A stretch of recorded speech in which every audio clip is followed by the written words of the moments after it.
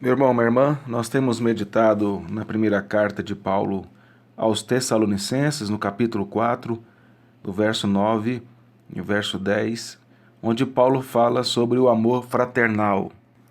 Nós aprendemos sobre a importância da comunhão da igreja, o quanto ela serve como instrumento para nos edificar em Cristo e que o seu valor só tem importância de fato através do Senhor Jesus.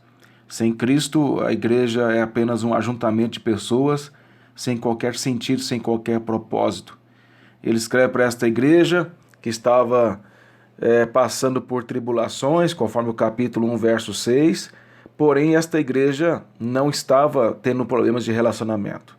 No entanto, quando uma igreja passa por várias tribulações, por várias dificuldades, é normal que ela tenha pessoas desanimadas diante das dificuldades.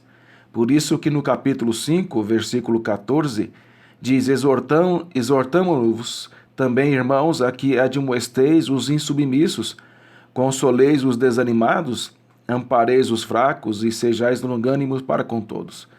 Paulo diz que aqueles irmãos deveriam consolar os desanimados e amparar os fracos.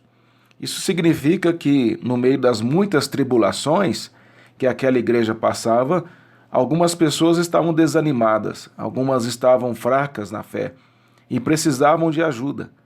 Quando a igreja passa por lutas, os mais fracos na fé desanimam.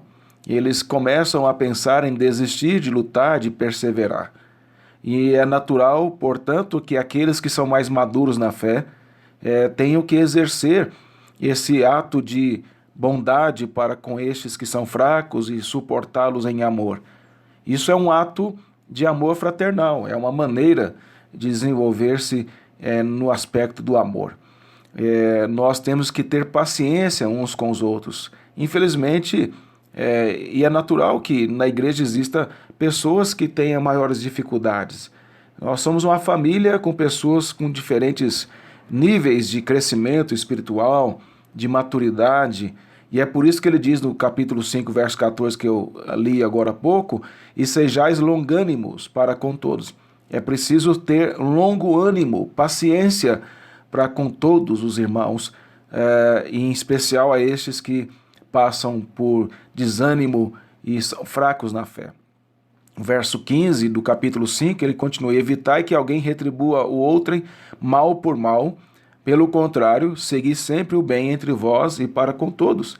Paulo vai falar aqui para que ninguém retribua o mal com o mal, mas com o bem. Essa é uma maneira também de manifestar esse amor fraternal. O que nós aprendemos de imediato nesse texto é que, à luz da carta, esse termo amor significa ajudar os irmãos desanimados na fé por causa das suas tribulações. Não podemos nos acomodar diante da tristeza e angústia do irmão e devemos ter paciência com eles, que são fracos na fé e que facilmente se desanimam diante das lutas da vida cristã. Temos que retribuir aqueles que nos fazem o mal com o bem, dentro e fora da igreja. Isso é amor fraternal. Esse amor é como de uma irmã para com o irmão de sangue. É uma união profunda e sincera que não pode se desfazer. Assim é a igreja de Cristo, ou deveria ser. Quando não é assim, é porque algo está errado, não está de acordo com a Bíblia, e precisa então a igreja se arrepender diante do Senhor. A igreja precisa entender a importância de desenvolver esse amor fraternal. Porém, é importante dizer que você, como parte da igreja, não deve também ficar naquela de esperar que os outros façam por você. Você tem que fazer. A ordem é para que cada um de nós faça. Porque às vezes alguns membros de igrejas ficam falando: é verdade, pastor, a igreja falta amor, mas ele mesmo não demonstra amor para com os outros, ele mesmo não serve os outros e quer ser servido, quer ser amado. É importante dizer que a ordem é para todos nós amarmos. É importante também dizer que amor, biblicamente, não é sentimentalismo, não é emocionalismo como nós normalmente entendemos. Amor é compromisso, amor é algo racional. Amor, biblicamente, é a atitude de fazer o bem. Agora, fazer o bem não é o que o outro quer que faça por ele, é o que Deus manda fazer. Porque a pessoa pode dizer: eu não sou amado na igreja, Mas ele não é amado, não é que ele não é amado, ele quer ser idolatrado na igreja. Ele quer ser o centro da igreja. Ele quer que todos façam a vontade dele na igreja. Isso não é amor e isso Deus não exige de ninguém na igreja.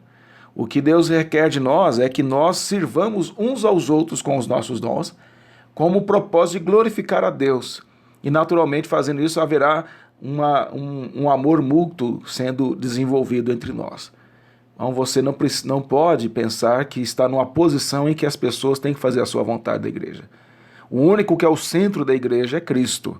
Ninguém mais além dele. Nem pastor, nem presbíteros, nenhum líder, nenhum membro da igreja, nenhuma família.